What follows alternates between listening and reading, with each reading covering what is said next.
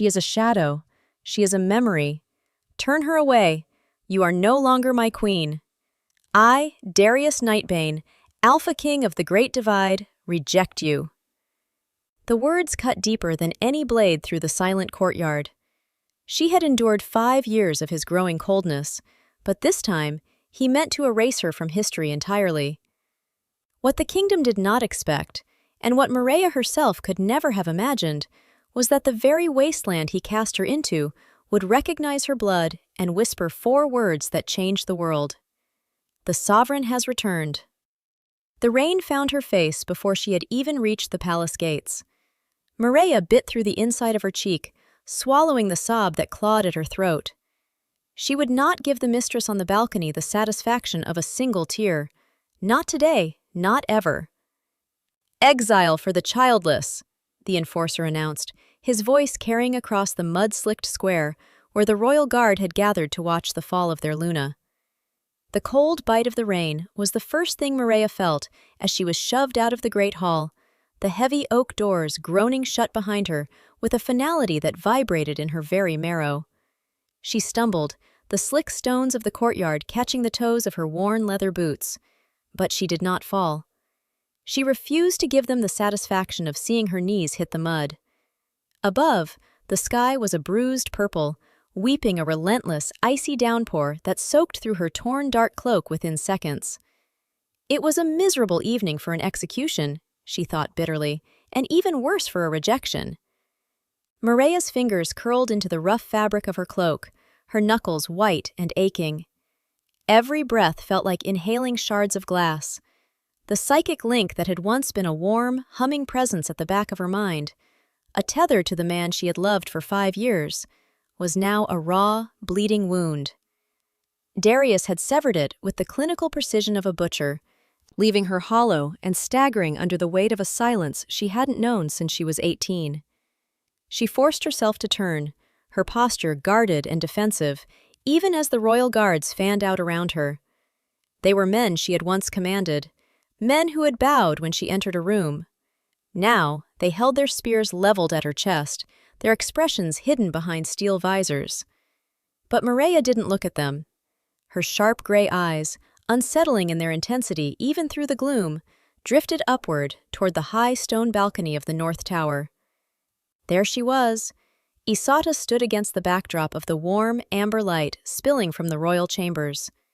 She looked like a splash of fresh blood against the gray masonry, draped in a luxurious red gown of heavy silk that clung to the swell of her pregnant belly.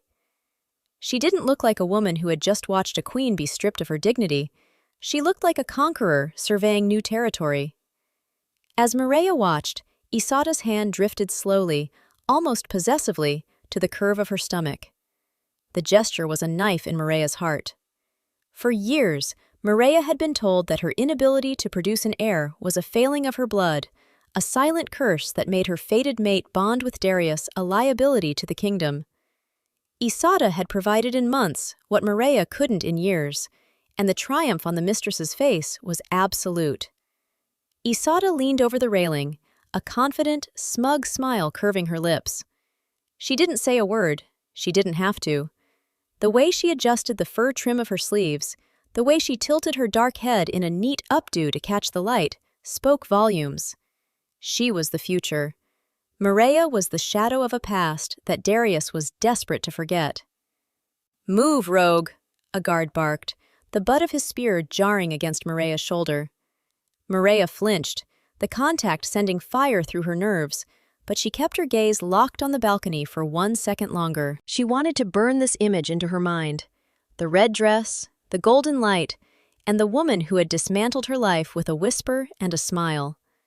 She wanted the memory of that smug face to be the coal that kept her spirit warm when the night grew too cold to bear. Slowly, painfully, Mireya began to walk. Each step toward the iron gates felt like pulling her feet out of deep, sucking clay. The courtyard was lined with members of the pack, people she had protected, people she had called family. Now, they stood in the shadows of the colonnades, their whispers hissing through the rain like vipers. "Cast out for the childless," someone sneered, the words carrying clearly on the wind. "The king did what was necessary," another replied. "A kingdom without an heir is a kingdom waiting to die." Mireya bit through the inside of her cheek, the metallic tang of blood filling her mouth. She swallowed the sob that threatened to break her composure, forcing her jaw to set into a hard, defiant line. She had learned long ago that tears were a currency the Nightbane pack traded for amusement. She would not pay them. Not today. Not ever. Behind her, she sensed a presence, a weight on the air that made the hair on her arms stand up. She didn't need the bond to know who it was. Darius stepped out from the archway of the Great Hall, his tall, muscular frame silhouetted against the internal hearth fire. His long, black hair was loose, whipping around his face in the wind, and his amber eyes glowed with a terrifying, predatory intensity. He didn't move to help her. He didn't offer a final word of comfort. He simply stood there, his hand outstretched as if to catch the rain, his expression a turbulent mask of power, dominance, and a flickering shadow of something that looked dangerously like regret. But the regret was too late. He had made his choice when he summoned the elders. He had made his choice when he let Asada move into the Queen's Wing, while Mireya was still wearing the crown. Mireya didn't stop. She didn't look back at him. To look back would be to acknowledge that he still held a piece of her soul, and she was determined to take every fragment of herself with her into the wastes. The heavy iron gates groaned open, the sound of metal on metal screeching like a dying animal. Beyond lay the deadline, the border where the kingdom's protection ended and the lawless neutral territories began. It was a place of scavengers, ancient ruins, and a lingering miasma that was said to drive weaker wolves mad. The guards stopped at the threshold, their duty ending at the stone markers. One of them reached out, his fingers catching the hem of Mireya's cloak and ripping away the silver brooch that bore the Nightbane crest. The fabric tore, leaving her cloak lopsided and frayed, but Mireya didn't even blink. The weight of the metal was gone, and for the first time in 5 years, her chest felt strangely light. "You have until the moon reaches its zenith to cross the first ridge," the lead guard announced, his voice devoid of any of the warmth they had shared on the training grounds. "After that, you are fair game for any hunter or pack scout. You are no longer one of us, Mireya Voss. You are nothing." Mireya stepped over the line. The transition was physical, a sudden drop in temperature, a change in the very scent of the air. It smelled of ozone, damp earth, and something old and sleeping. She stopped and turned one last time, looking back through the bars of the closing gate. Darius was still there, a dark pillar in the center of the courtyard. On the balcony, Isata had turned to go inside, the red of her dress vanishing into the warmth of the palace, leaving only the cold, gray stone behind. Mireya pulled her torn cloak tighter around her shoulders, her gray eyes flashing like lightning against a dark sky. They thought they were sending her to her death. They thought a wolf without a pack was a wolf without a heart. But as the gate slammed shut, locking her out of the only world she had ever known, a low, tectonic hum began to vibrate in the soles of her feet. The wastes were not silent. They were waiting. And for the first time in her life, the silence in Mireya's head didn't feel like a void. It felt like a clean slate. She turned her back on the kingdom of Nightbane and walked into the endless dark, a rejected queen who was finally, terrifyingly, free. The transition from the manicured borders of the Nightbane kingdom to the untamed sprawl of the neutral territories was not marked by offense, but by a sudden, jarring silence.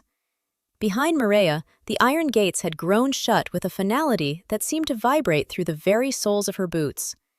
Ahead lay the Grey Barrens, a vast, fog-choked expanse of jagged limestone and skeletal trees that lived up to their name.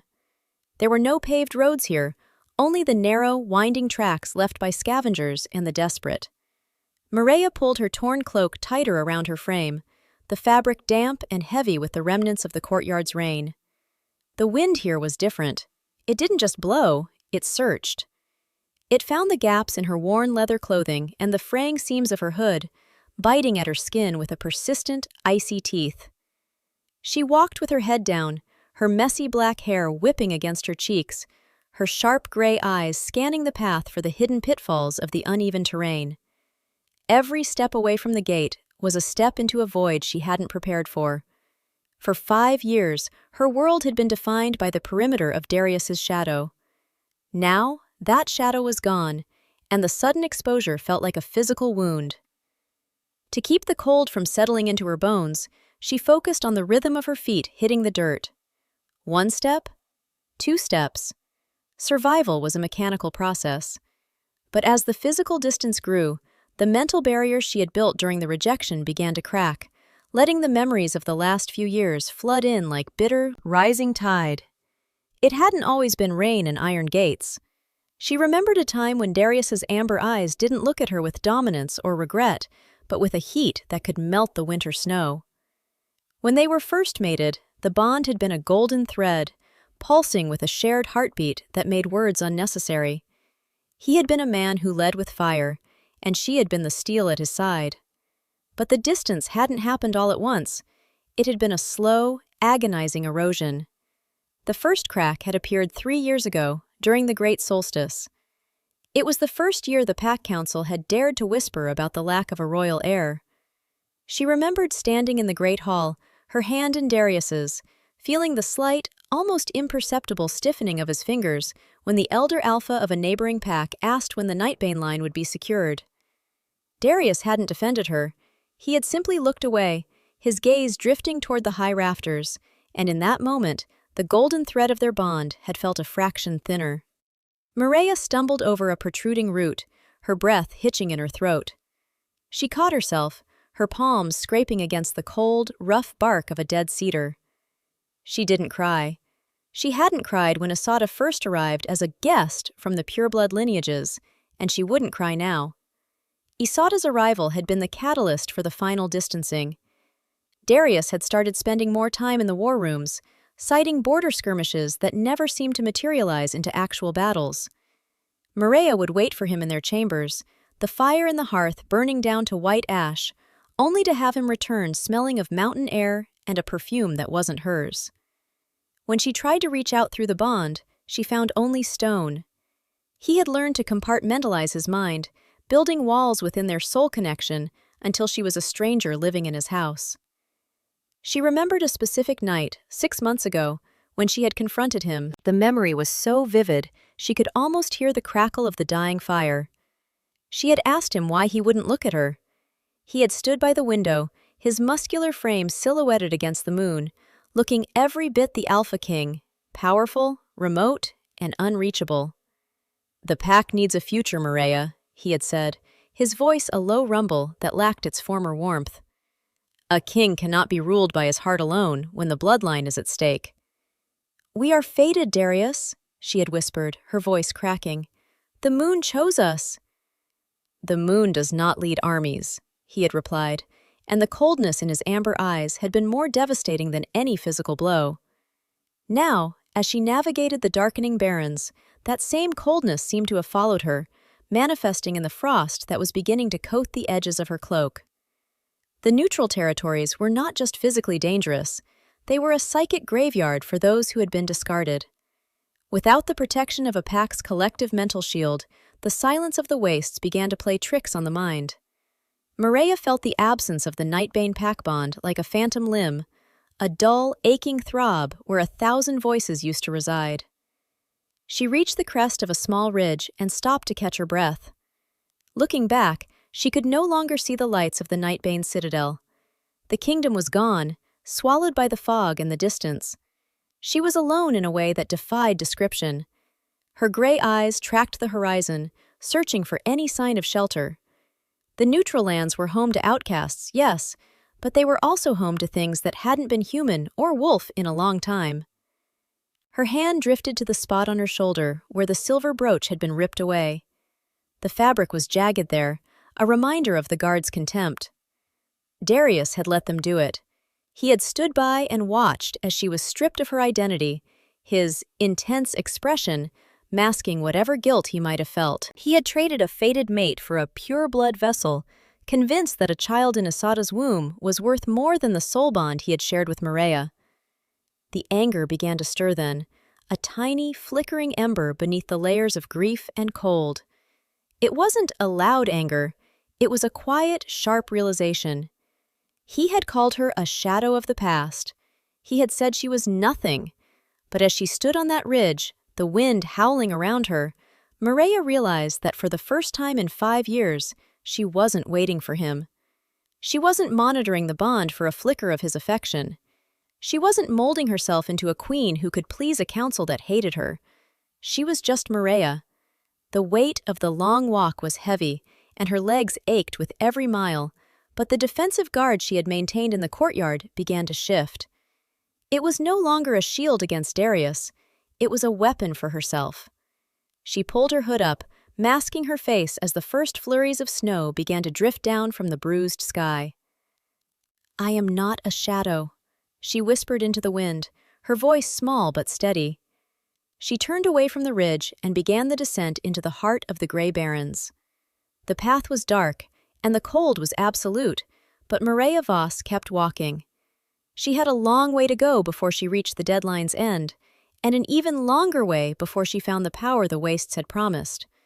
But as she disappeared into the fog, her posture remained defiant, a rejected queen walking toward a throne she hadn't yet imagined. The Grey Barrens did not welcome the living. They merely tolerated them until they grew too weak to resist the soil. By the 3rd day of her exile, Mireya's world had shrunk to the narrow circumference of her own survival. The hunger was no longer a sharp pang, but a dull, heavy ache that sat in the pit of her stomach like lead. Her water skin was a light, mocking weight against her hip, and the torn, dark cloak that had seemed so substantial in the palace courtyard now felt like little more than a shroud.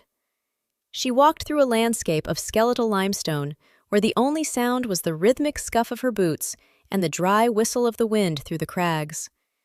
It was in the transition between the fading light of dusk and the oppressive ink of night that the atmosphere shifted. The air in the wastes usually smelled of dust and ancient, sun-bleached bone, but suddenly a metallic tang cut through the cold, the scent of wet fur and old blood. Mireya stopped mid-stride, her posture immediately becoming guarded and defensive. She didn't have the heightened senses of a bonded pack-wolf anymore, but the instincts she had honed during 5 years of emotional warfare with Darius had sharpened her intuition to a razor's edge. A low, guttural growl vibrated through the earth, rising from a cluster of jagged rocks to her left. Then, another from her right. Scavengers. They were not true wolves, but skulkers, twisted, half-mad creatures that had long ago succumbed to the miasma of the neutral territories.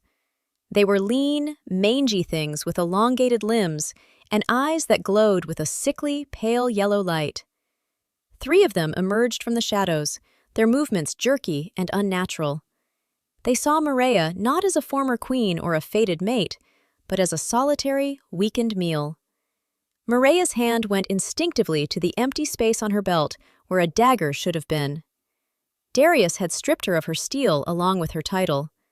She was defenseless, her body trembling from the cold and the sheer exhaustion of the long walk. The largest skulker, a scarred beast with a missing ear, lunged first.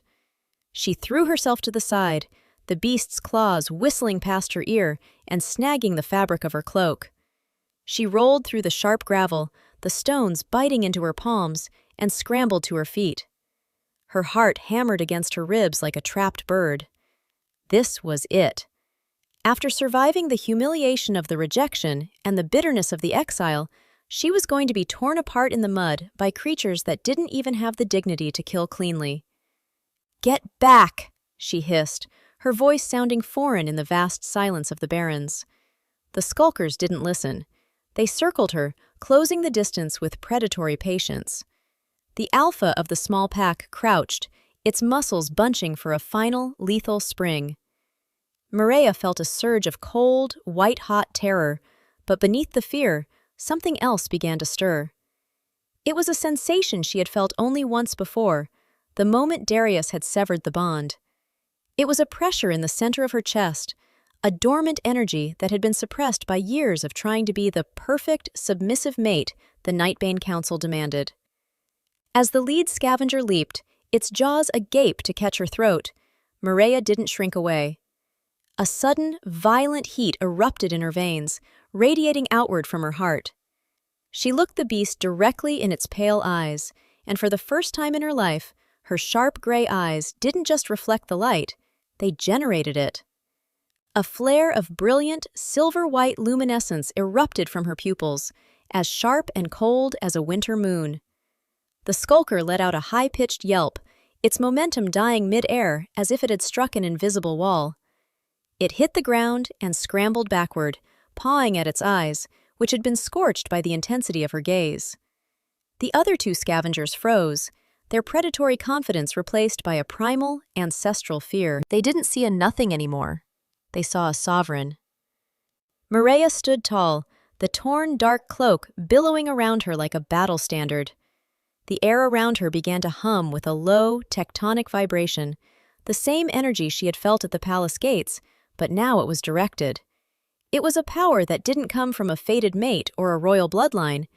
It came from the land itself, answering the call of a woman who had been hollowed out until there was nothing left but her own iron will. "I said," Mireya whispered, her voice resonating with a power that made the very stones tremble, "Get back!" The scavengers didn't wait for a third command. With whimpers of terror, they turned and vanished into the darkness, their claws clicking frantically against the limestone as they fled the light of her eyes. The silver flare faded as quickly as it had come, leaving Mireya gasping for air in the sudden return of the dark. She slumped against a nearby rock, her breath coming in ragged white plumes. Her vision swam, and her body felt as though it had been scoured from the inside out. She stared at her shaking hands, her mind racing. Darius had spent years telling her she was broken. He had rejected her because she was hollow, a wolf who could never shift, a vessel that could never carry the future of the Nightbane. But the light hadn't been a wolf's power. It was something older, something that belonged to the silver line the elders whispered about in hushed, fearful tones. It was the power of the wastes, a dormant legacy that had required the absolute destruction of her old life to awaken. She stayed there for a long time, the silence of the Barrens no longer feeling like a threat, but like an audience. She thought of Darius, probably sitting in the warm, golden light of the palace with Isolde, convinced that Mireya was currently dying in a ditch. He thought he had ended her story when he spoke the words of rejection. He thought he had protected his kingdom by casting out a shadow. Mireya wiped the blood from her scraped palms onto her leather trousers and stood up. The exhaustion was still there, and the cold was still a relentless enemy, but the guarded defensiveness in her eyes had been replaced by something far more dangerous, a dawning realization of her own worth. She looked toward the distant horizon where the Grey Barrens met the deeper, more ancient territories. She wasn't just surviving the long walk anymore. She was walking toward a destiny that Darius Nightbane couldn't even fathom. The Alpha King had wanted an heir, but the wastes had given him a rival. Mireya Voss pulled her hood up, her gray eyes catching the faint glimmer of the rising moon, and continued her journey into the dark. She was no longer a rejected mate wandering in exile. She was the blood of the wastes, and for the first time in 5 years, she was exactly where she was meant to be. Inside the Nightbane citadel, the air did not smell of ozone or the wild, ancient dust of the Barrens. It smelled of expensive myrrh, sterilized linen, and the cloying sweetness of overripe lilies. In the Queen's Wing, a suite of rooms that still bore the faint, lingering scent of Mireya's jasmine oil beneath the new layers of incense, the atmosphere was thick with a tension that no amount of gold leaf or silk could mask. Darius Nightbane stood by the arched window of the primary bedchamber, his muscular frame silhouetted against the afternoon sun. His amber eyes, usually so full of power and dominance, were fixed on the horizon, toward the very gates where he had watched Mireya vanish into the rain only days before. Behind him, the soft, rhythmic sound of labored breathing drew his attention back to the bed. Isolde lay amidst a sea of velvet pillows, her neat updo from the balcony now a chaotic tangle of dark hair against the white sheets. The luxurious red gown had been replaced by a thin linen shift, soaked through with a cold, sickly sweat. Her face, once alight with a smug, triumphant smile, was now a mask of ashen gray, her lips tinged with a frightening shade of blue. "Darius," she rasped, her hand clawing weakly at the air. He was at her side in an instant, taking her hand. His touch was firm, the touch of an alpha king who expected the world to bend to his will. But as he felt the erratic, thready pulse beneath her skin, a flicker of that intense expression of regret crossed his features. It was not the regret of a man who missed his mate. It was the panic of a king who saw his legacy slipping through his fingers like water. "The healers are coming, Asada. Stay still," he commanded, though his voice lacked its usual resonance. The heavy oak doors swung open, and a procession of the pack's most senior healers scurried in, led by Elder Hestia. The old woman's face was a map of deep lines and ancestral knowledge, but as she approached the bed and laid a hand on Asada's protruding belly, her expression went dangerously still. She didn't look at the mistress, she looked at the king. "The cradle is cold, my lord," Hestia whispered, her voice trembling. Darius stiffened, his jaw locking into a hard line. "What do you mean cold? She is carrying the Nightbane heir. The bloodline is strong." Hestia began to perform a series of diagnostic spells, her hands glowing with a soft, green light that flickered and died as soon as it touched Asada's skin. The mistress let out a sharp, jagged cry of pain, her body arching off the bed. On the balcony just days ago, she had looked like a goddess of fertility. Now, she looked like a woman being consumed from the inside out by a fire she couldn't contain. "It is not a sickness of the flesh," Hestia said, stepping back with a look of profound dread. "It is the rejection, the land, the bond. It is reacting. You severed the tether to your fated mate, Alpha, but you did not account for the spiritual anchor she provided to this house. The child within Asata is a Nightbane, but it is a wolf born of a broken pact. Without the presence of the true Luna, the one the moon intended to stand beside you, the pregnancy is collapsing. The void left by Mireya Voss is pulling the life out of this child." Darius's grip on Asada's hand tightened so hard she whimpered. "Mireya was hollow," he growled, the amber of his eyes flashing with a desperate, defensive fire. "She had no wolf. She could provide no heir. You told me the bloodline required a pure-blood vessel, and I provided one."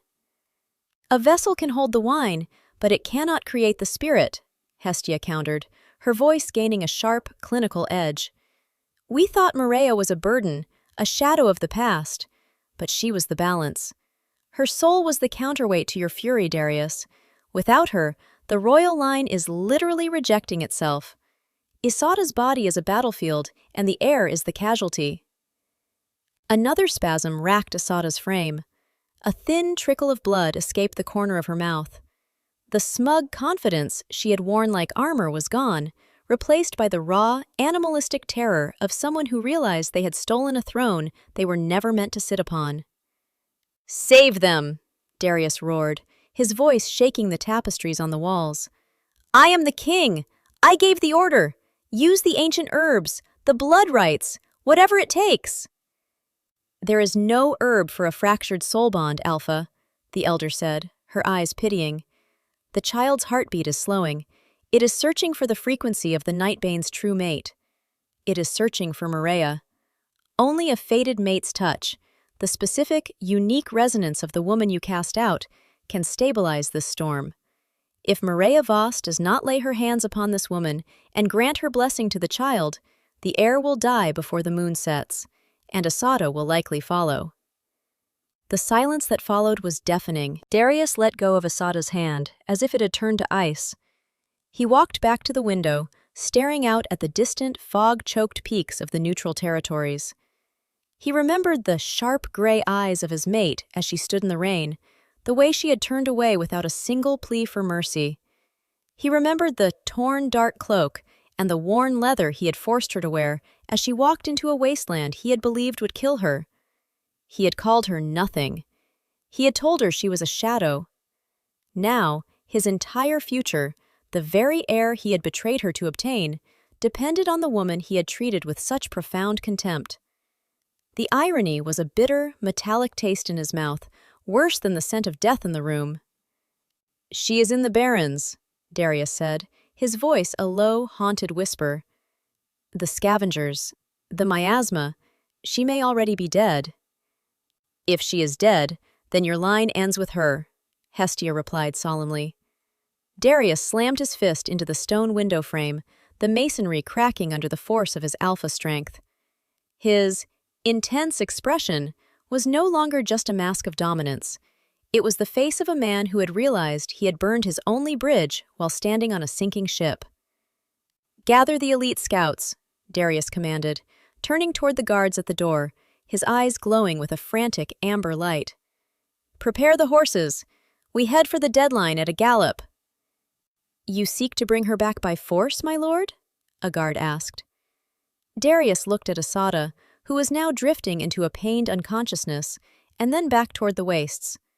He thought of Mireya's guarded and defensive posture, the way she had looked hurt and defiant until the very end.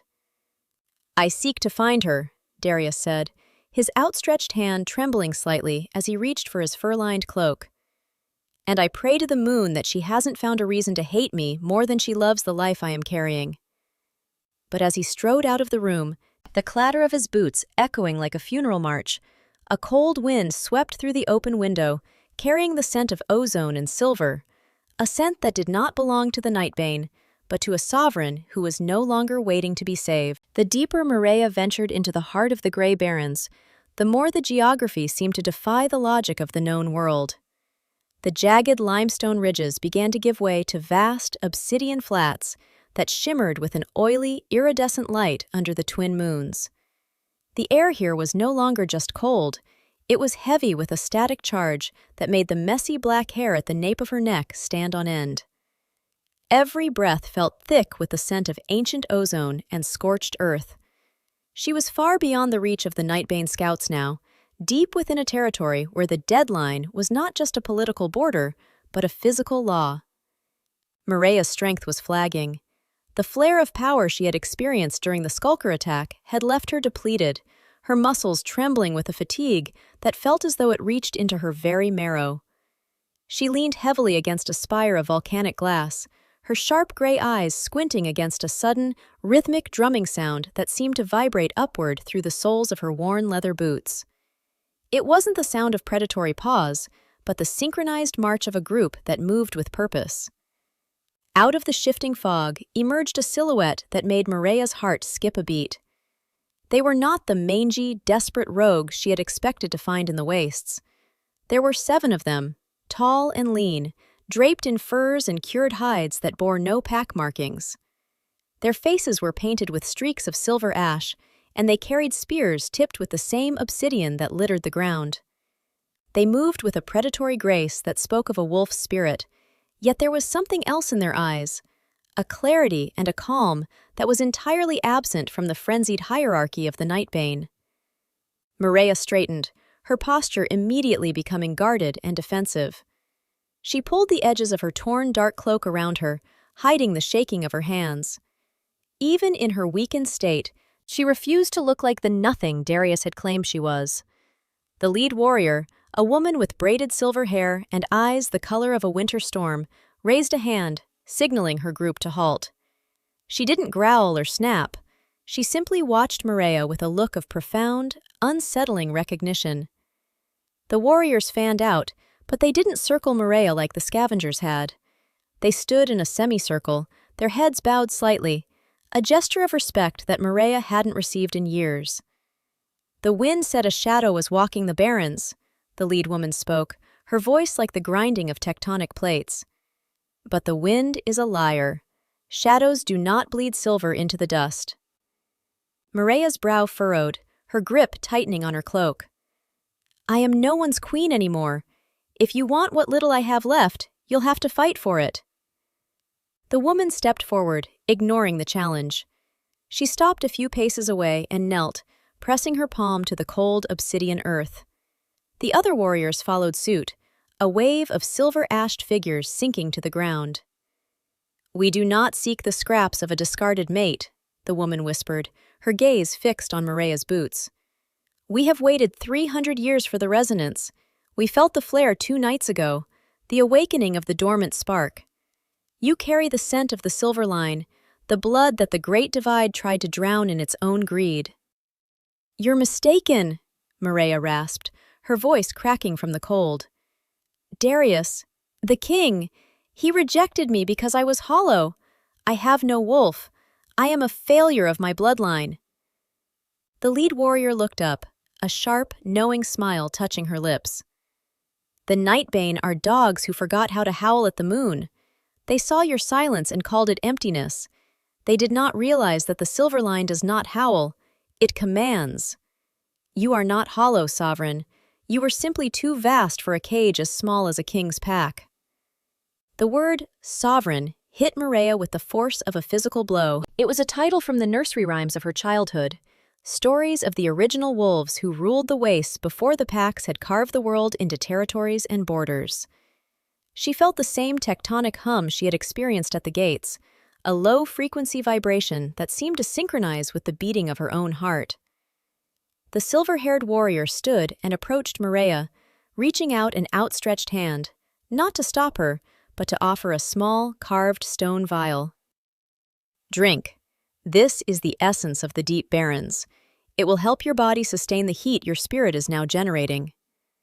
Mireya hesitated, her gray eyes searching the woman's face for any sign of the smug manipulation Isata had perfected.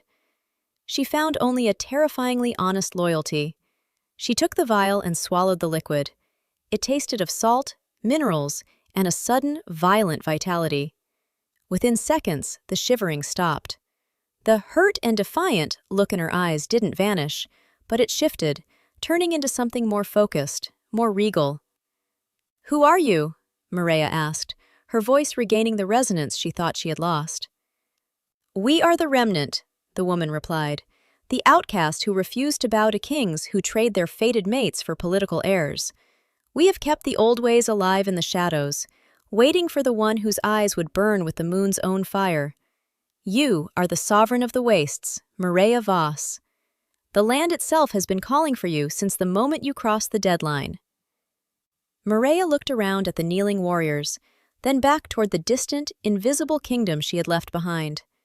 She thought of Darius and his desperate search for an heir, his belief that power came from bloodlines and pure-blood vessels. He had cast her out to save his future, never realizing that she was the future, just not the one he was capable of leading. "He is coming for me," Mireya said, her voice cold and sharp as a shard of volcanic glass. "He thinks I am a tool. He thinks my touch is the only thing that can save the child his mistress carries."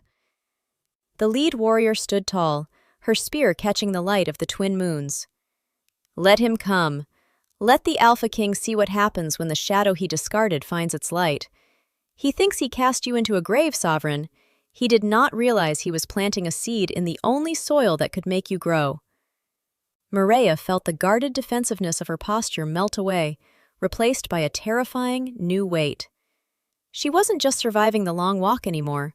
She was being crowned by the very wasteland that was supposed to kill her.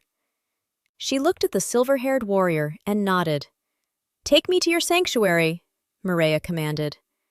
The warriors rose as one, a silent, deadly escort for the woman who was no longer a rejected mate. As Mireya walked among them, her torn, dark cloak snapping in the rising wind, she didn't look back at the Nightbane kingdom.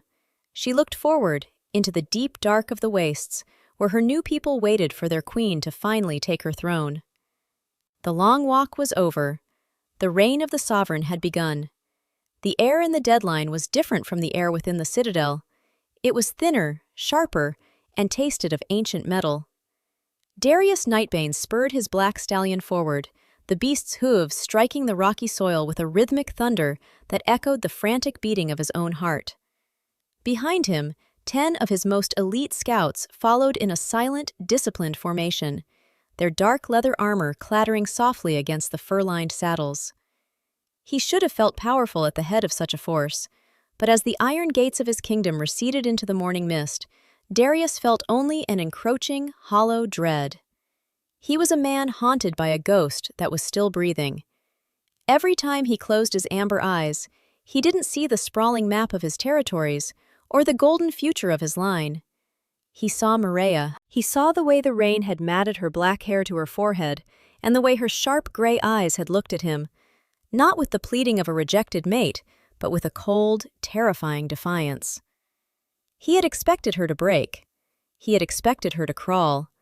Instead, she had turned away with a posture so guarded and defensive that it had felt like a slap across his face. "Alpha!" a scout called out, pointing toward a patch of disturbed earth near a jagged limestone spire. "Signs of a struggle! Skulkers!" Darius vaulted from his horse before it had even come to a full stop. He knelt in the dirt, his large, calloused hands hovering over the scuffed ground. There was blood here, dark, oxidized droplets that stained the gray dust. His wolf surged within him, a low, predatory growl vibrating in his chest.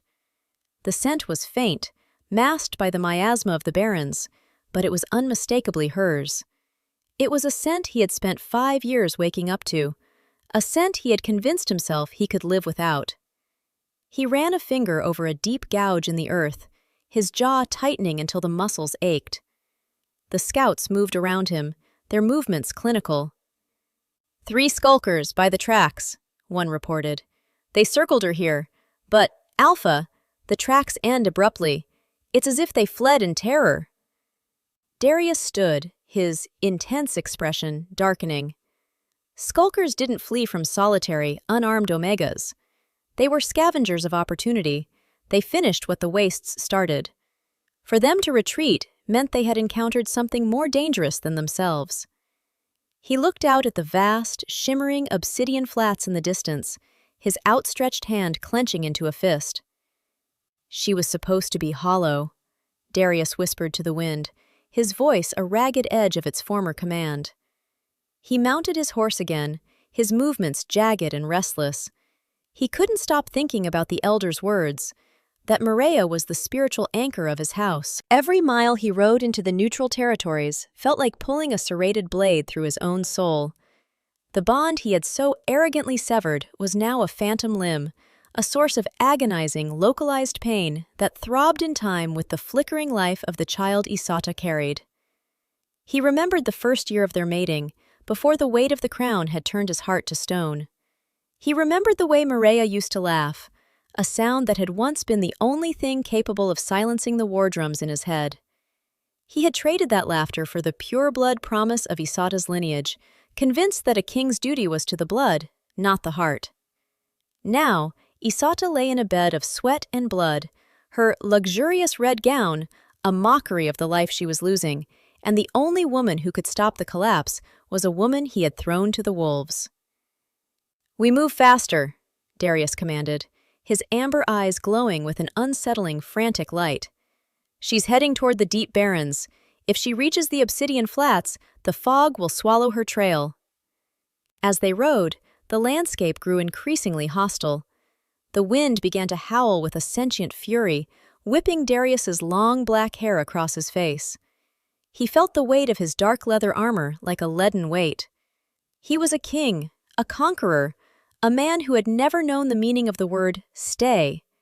Yet, here he was, chasing a woman he had discarded, driven by a biological necessity that felt suspiciously like a soul-deep regret.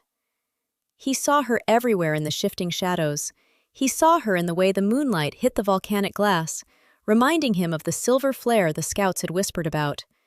They called it the Sovereign's Light, a myth he had laughed at during his lessons as a pup. But as he looked at the scorched earth where the skulkers had fled, the laughter felt like ash in his mouth. What if she wasn't hollow?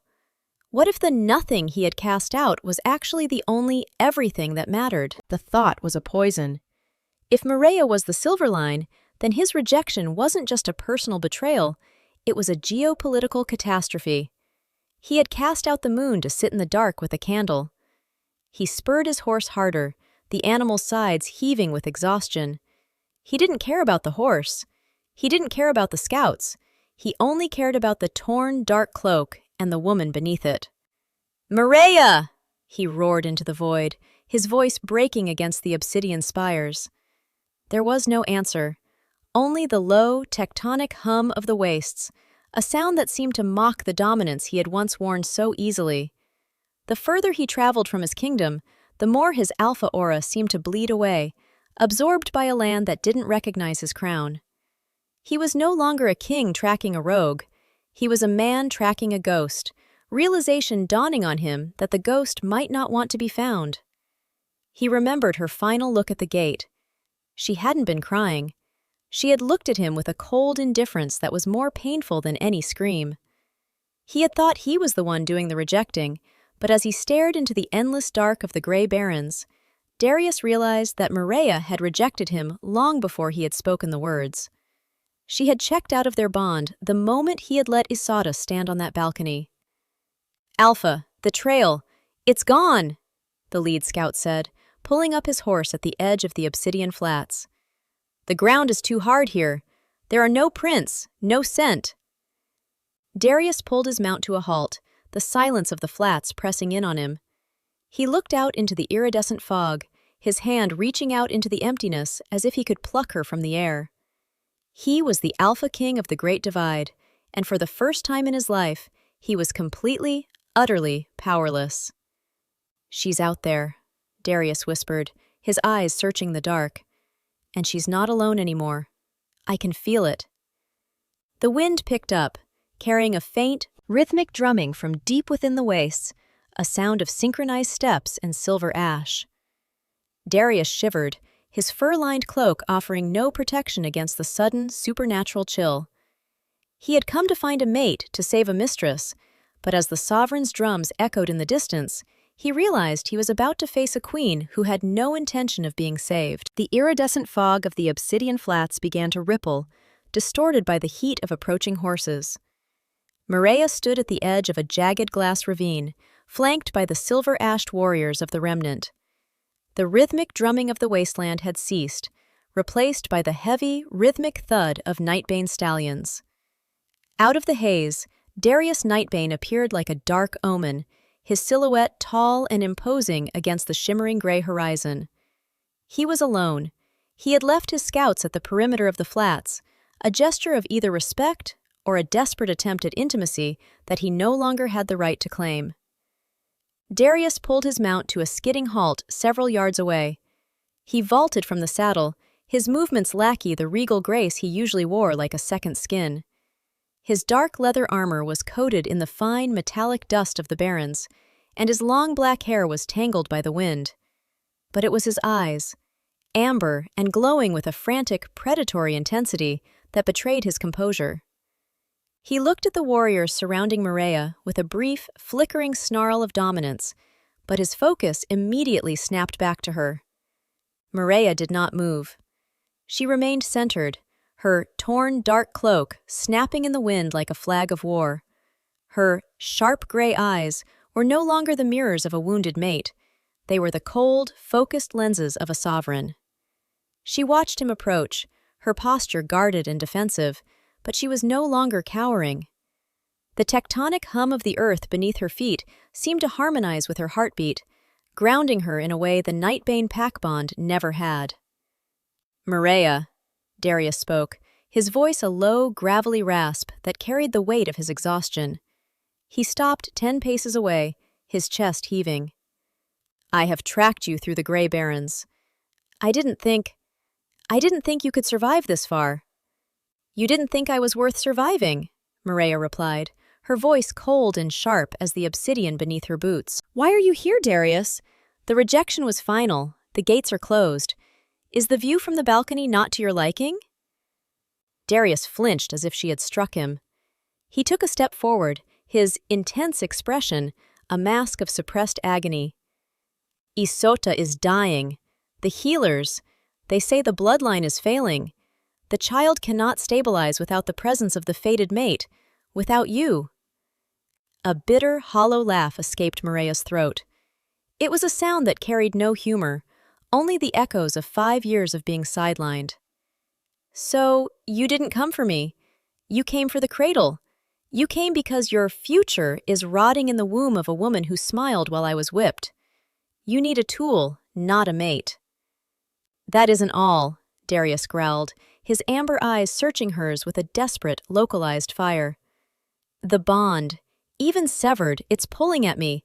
I can feel you, Mireya. I can feel this light coming from you. I made a mistake. I was a king trying to protect a kingdom, and I forgot that you were the heart of it. Come back with me. We will fix the rejection. I will grant you whatever status you desire, just save the heir. Save our legacy." Mireya looked at him with a pity that was far more devastating than hate. "You still don't understand. There is no our legacy. You killed it in the courtyard." Darius moved then, a blur of motion fueled by alpha desperation. He closed the distance between them in a heartbeat, reaching out with an outstretched hand to catch her arm. He intended to stop her, to pull her back toward the horses and the life she had left behind. He expected the old spark, the violent, addictive rush of the fated bond that had once made her knees weak and her heart flutter. He expected her to melt at his touch, to be reminded of the years they had shared. His fingers closed around her wrist. The world did not ignite. There was no golden hum, no rush of warmth, no psychic reunion. Instead, there was a sudden, supernatural chill.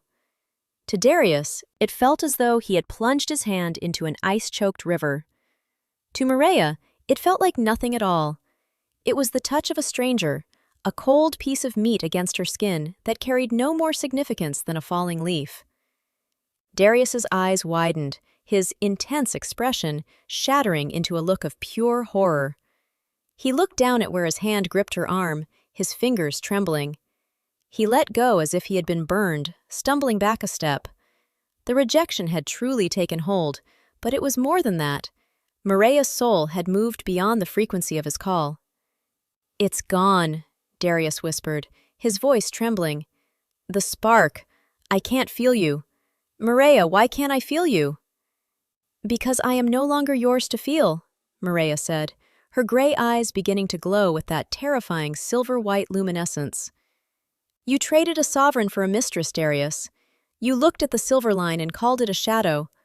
My touch would not save your child. It would only remind the boy of the cowardice of his father." The silver-haired warrior of the remnant stepped forward, the obsidian tip of her spear leveling at Darius's throat. "The Alpha King has had his audience," she declared, her voice echoing through the ravine.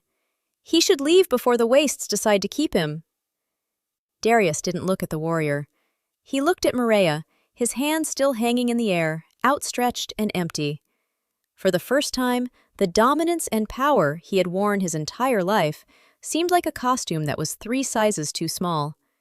He was a man who had everything, a crown, a castle, an heir on the way, and yet, as he stood in the iridescent fog of the neutral lands, he had never been more bankrupt. "Mireya, please," he breathed, the word a jagged plea. "Go back to your balcony, Darius," Mireya said, turning her back on him. Her torn, dark cloak billowed around her as she began to walk toward the deep heart of the flats, flanked by her new protectors. "Watch your future die the same way you watched me leave, in silence." Darius stood frozen, his hand still reaching into the void. He watched her go, a young woman with messy black hair, who was no longer guarded and defensive, but untouchable. He had come to stop her from leaving, but as she vanished into the fog, he realized he was the one who was truly lost. The king was standing in the mud, while the sovereign was finally going home. The silence that followed Mireya's turning back was heavier than the iridescent fog clinging to the obsidian flats. Darius stood rooted to the spot, his outstretched hand still hovering in the air as if trying to grasp a ghost. The coldness radiating from his fingers, the absolute lack of the fated bond's spark, was a physical weight pressing against his chest. He watched Mireya's torn dark cloak snap in the wind as she walked away, her messy black hair now a banner of her new, untouchable independence. For the first time in his reign, the Alpha King of the Nightbane felt the true, agonizing scale of his own insignificance. "Mireya!" he called out again, his voice cracking, losing its power and dominance to the vast, mocking expanse of the neutral territories. She did not stop. It was the silver-haired warrior of the remnant who pivoted, her spear leveled at Darius's throat, her storm-colored eyes warning him that the wastes had no more patience for the pleas of a king. But Darius was past the point of pride. He sank to one knee, the jagged obsidian biting through the leather of his trousers, a gesture of submission that would have horrified the Nightbane Council. "She is dying, Mireya!" he screamed. The words tore from a throat raw with dust and desperation. "Isota, she won't last until dawn. The child's heart is barely a whisper. They say only you, the mate I cast out, can anchor the life I tried to build without you. I am not asking for the king. I am begging for the man who was once your mate." Mireya stopped. 10 yards of frozen earth and 5 years of betrayal lay between them. She did not turn around immediately, but the guarded and defensive line of her shoulders shifted. The silver-white luminescence of her eyes cast long, haunting shadows against the obsidian as she slowly faced him. Her expression was not one of triumph. It was a mask of cold, analytical observation. She looked at the king kneeling in the mud, his intense expression shattered into 1,000 shards of regret, and for a heartbeat, the tectonic hum of the earth seemed to pause, waiting for her verdict. "You want me to save her," Mireya said, her voice a low, lethal resonance that carried through the wind. "The woman who sat on your balcony and smiled while your guards ripped the crest from my shoulders. The woman you chose because she was pure and I was hollow. You want the sovereign of the waste to crawl back to your palace and play the part of a servant to your mistress's womb?" Darius bowed his head, his long black hair shielding his face. "I want the child to live. Whatever sins the mother has committed, the heir is innocent. It is Nightbane blood, Mireya, your pack's blood." "It is the blood of a lie," Mireya countered, taking a slow, deliberate step toward him. The remnant warriors stayed their ground, their eyes never leaving her. "Isota didn't just stumble into your bed, Darius. She whispered in your ear for 3 years. She fed your ego and poisoned your mind against the fated bond until you saw me as a burden instead of a partner. She manipulated the laws of the pack to ensure my exile, convinced that once I was gone, her pure lineage would be the only thing left. And now, the very land she tried to steal is rejecting her. You call it a sickness. I call it justice." Darius looked up, his amber eyes wet with a frantic, localized light. "Then let it be justice for her, but mercy for the child. If you have this power, this silver light the elders spoke of, use it. I will give you anything. My throne, my lands, my life. I will abdicate. I will walk these barrens in your place. Just don't let my line end in a bed of sweat and blood." Mireya reached him, her shadow falling over his kneeling form. She looked down at his outstretched hand, the hand that had once held hers with such certainty, now trembling and empty. The choice before her was a jagged blade. To grant mercy was to return to the heart of the kingdom that had broken her, to look upon the face of her replacer and offer life to the very child that had served as the excuse for her destruction. To choose justice was to let the mistress and the heir perish, ensuring that Darius's legacy died in the dark, a fitting end for a king who had traded his soul for a political future. "You speak of mercy as if it is a tap I can turn on," Mireya whispered, her sharp gray eyes narrowing. "Mercy requires a connection, Darius. It requires a heart that still beats for the one asking. You severed that heart in the courtyard. You told the world I was nothing. Why should nothing care if your kingdom falls to ash?" "Because you are not nothing," Darius roared, his voice shaking the very air. "You are the sovereign. You are the silver line. You are the only thing in this world that is real, and I was too blind, too caught up in the demands of a dying pack to see it. If you leave now, if you let them die, you aren't choosing justice. You're choosing to be exactly who I said you were, a shadow." Mireya flinched, the words striking a chord of old, buried pain. She looked at the silver-haired warrior, who watched her with a silent, heavy expectation. The remnant did not care for kings or heirs. They cared for the sovereign. If she walked away, they would follow her deeper into the dark, and she would be free. But as she looked at Darius, she saw the intense expression of a man who was finally, truly seeing her, not as a tool, not as a mate, but as the power he had tried to extinguish. The hurt and defiant look in her eyes didn't vanish, but it hardened into a resolve that was more regal than any crown. Justice was a cold fire, but mercy was a sovereign's true weight. "I will come," Mireya said, her voice cutting through the wind like a frost-shattered bell. "But I do not come for you, Darius, and I do not come to save your legacy. I come to show your pack exactly what they cast out. I come so that when your child opens his eyes, the first thing he sees is the queen his father was too weak to keep." Darius let out a shuddering breath, a sound of profound, broken relief. He reached out again, his fingers grazing the hem of her torn, dark cloak, but he didn't try to stop her. He simply watched as she turned to the remnant warriors and gave a single, sharp nod. "Prepare the horses," Mireya commanded, her silver eyes glowing with a terrifying, purposeful light. "We ride for the Nightbane Citadel. The long walk is over. The sovereign is returning to collect her debt." As they began the journey back across the obsidian flats, Mireya didn't look at the king riding behind her. She looked at the horizon, where the distant lights of the palace flickered like dying embers. She had chosen her path, but as the tectonic hum of the earth grew louder beneath her, she knew that the price of her mercy would be higher than Darius could ever imagine. She was going back to the cage, but this time, she was the one who held the key to the bars. The Nightbane Citadel loomed ahead like a jagged crown of stone against the bruised twilight sky. But as the party approached, the atmosphere was devoid of the triumphalism that usually greeted a returning king. There were no fanfares, no cheering crowds, only a heavy, suffocating silence that seemed to press down on the battlements. The guards at the gates, the same men who had leveled spears at Mireya's chest days prior, now fell back in a wave of hushed terror. They did not look at Darius, they looked at the woman riding beside him, flanked by silver-ashed warriors whose presence felt like a premonition of winter. Mireya did not dismount at the courtyard steps.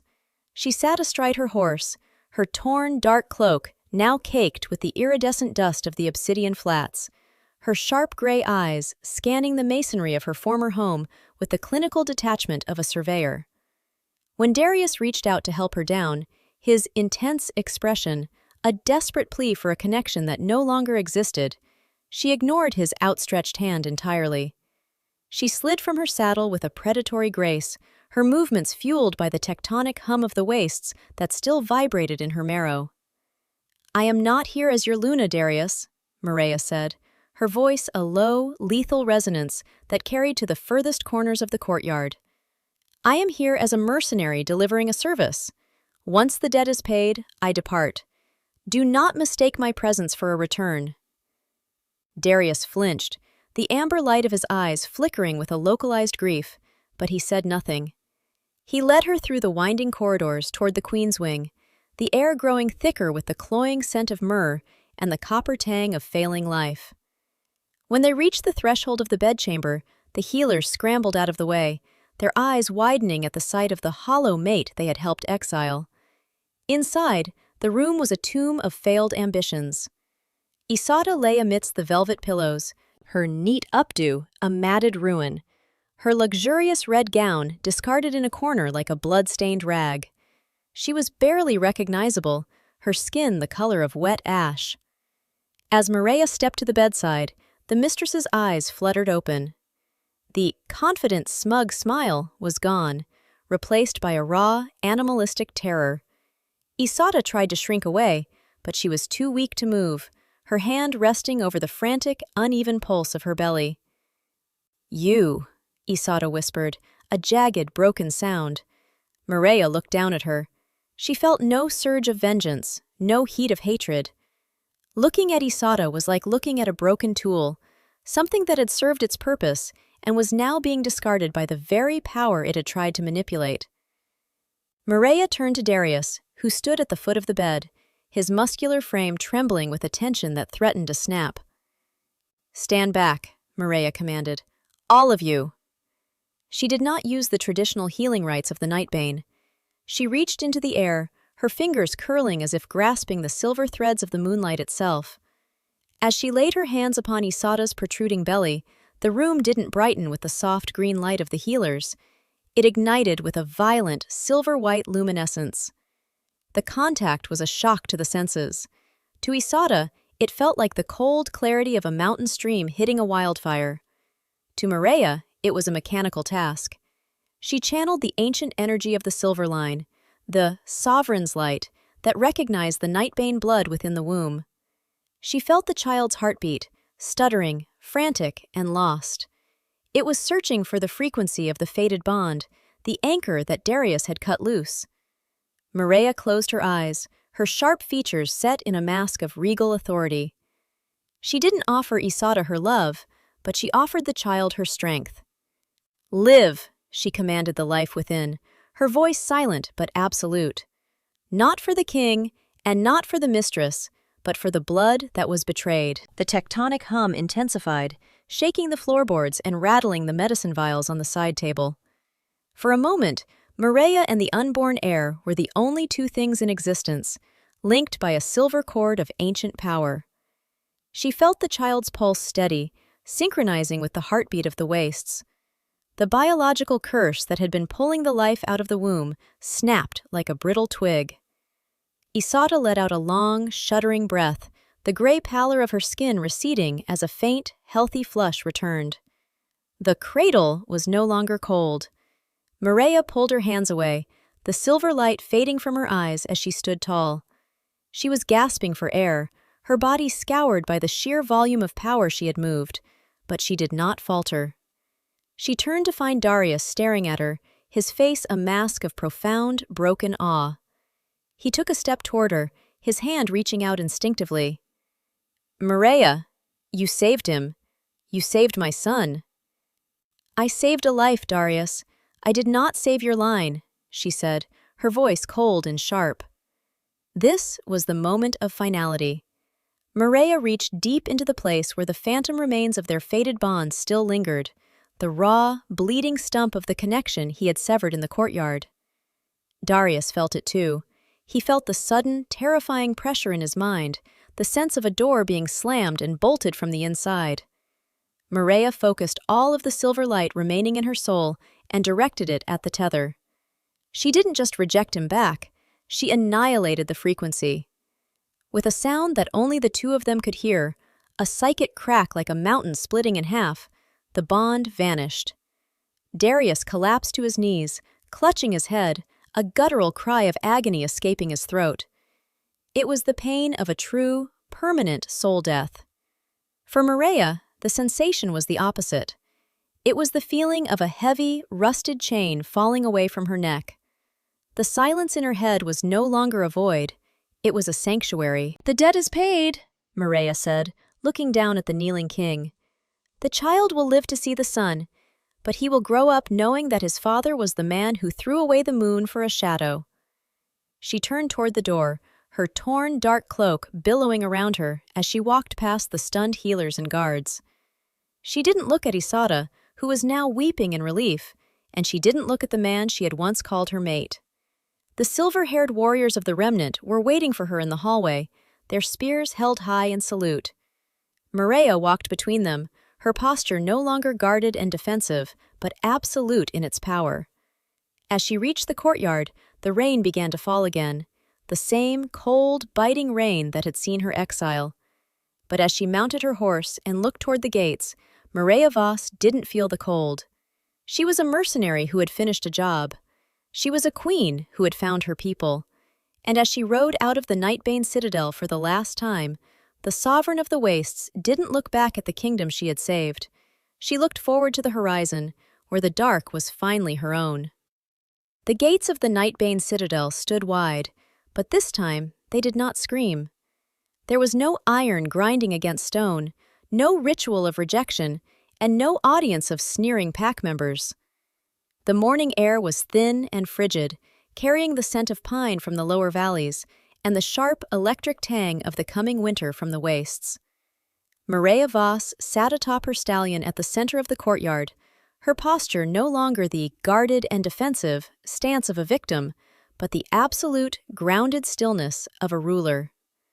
Her torn dark cloak had been pinned with a new brooch, not of the Nightbane wolf, but a sliver of raw obsidian carved in the shape of a crescent moon. Beside her, the silver-haired warriors of the remnant sat on their lean, mountain-bred horses, their spears held upright like a forest of steel. They did not look at the palace with longing or hatred. They looked at Mireya with a silent, terrifying loyalty. She was the anchor now, the frequency they had waited centuries to follow. Darius Nightbane stood on the high stone balcony of the North Tower, the very place where Asada had once stood in her luxurious red gown to watch Mireya's fall. He looked smaller now, despite his tall, muscular frame and his dark leather armor. The dominance that had once radiated from him like heat from a furnace had cooled into a dull, aching exhaustion. His long black hair was loose, whipping in the wind, and his amber eyes were fixed on Mireya with an intense expression of such profound, localized grief that it seemed to hollow out his chest. He had everything he had claimed to want. Inside the royal chambers, Isata was recovering, her life stabilized by the sovereign's touch. The healers had confirmed that the heir's heartbeat was strong, a rhythmic pulse that promised the continuation of the Nightbane line. The kingdom was safe. The future was secured. And yet, as Darius gripped the cold stone railing, he felt as though he were standing in a graveyard. Mireya tilted her head back, her sharp gray eyes meeting his one last time. There was no bond to bridge the distance, no golden thread to carry her thoughts to his mind. The silence between them was total, a vast, uncrossable canyon. She didn't look at him with the hurt and defiant gaze of the woman he had rejected. She looked at him with the clinical indifference of a traveler observing a landmark they had long since passed. "The debt is paid, Darius," she said, her voice a low, clear resonance that reached the balcony without effort. "Your son will live, your kingdom will endure, but do not look for me in the stars, and do not listen for me in the wind. From this moment on, the Silver Line does not recognize the Great Divide." "Mireya, wait!" Darius called out, his voice cracking, his outstretched hand reaching over the railing as if he could pluck the words back out of the air. "The pack, they see you now. They know what you are. You could stay, you could rule beside me. We could fix the history we broke." Mireya's lips curved into a faint, sad smile, the first piece of genuine emotion he had seen on her face since the exile. "You still think this is about a throne, Darius? You think I saved your child because I wanted a seat at your table. I saved him because I am a sovereign, and a sovereign does not let the innocent pay for the sins of the weak. But I will never rule beside a man who needed a miracle to recognize his own mate's worth." She turned her horse toward the open gates. Behind her, the remnant warriors moved as one, a synchronized wave of silver and fur. "Where will you go?" Darius cried out, his voice sounding thin and desperate against the vastness of the mountains. Mireya stopped at the threshold of the gates, the place where she had once stood in the rain, stripped of her dignity. She looked back over her shoulder, her messy black hair catching the first rays of the rising sun, turning the strands to threads of onyx. "I am going to the heart of the wastes," she replied. "I am going to build a kingdom where fated bonds are not traded for political leverage, and where no woman is ever told she is hollow because she does not fit a king's mold. I was cast out to die in the dark, Darius. Instead, I found the light you were too afraid to carry." With a single, sharp whistle, she spurred her horse forward. The long walk was truly over. She wasn't wandering into exile, she was marching into her own history. The party moved through the gates and began the descent toward the neutral territories, their forms gradually swallowed by the shimmering, iridescent fog of the obsidian flats. Darius watched her until she was nothing more than a speck of dark against the gray expanse. He stayed on that balcony as the sun rose higher, its golden light revealing the cracks in the masonry and the dust on the royal tapestries. He thought of Isata, who would eventually wake and expect to be queen. He thought of his son, who would grow up in a palace built on a foundation of betrayal. He looked at his hand, the hand that had once held Mireya's, the hand that had delivered the rejection, the hand that had reached out too late. It was a king's hand, calloused and strong, but as he looked out at the empty wastes, he realized it was also the hand of a fool. He had traded the moon for a candle, and as the day brightened, He realized the candle provided no warmth against the coming winter. Mireya Voss was cast out no more. She was the sovereign, the last daughter of the Silver Line, and she was gone. As the wind picked up, carrying the distant tectonic hum of the wastes back to the citadel, Darius finally understood the cost of his choice. He had his heir. He had his kingdom. But as he turned away from the balcony to face the hollow luxury of his halls, the Alpha King finally realized that by casting out his mate, he had ensured that he would spend the rest of his life ruling over nothing but shadows. Far below, in the Grey Barrens, the first snow of the season began to fall, covering the tracks of the sovereign as she led her people toward the horizon, her heart finally whole, and her spirit finally free.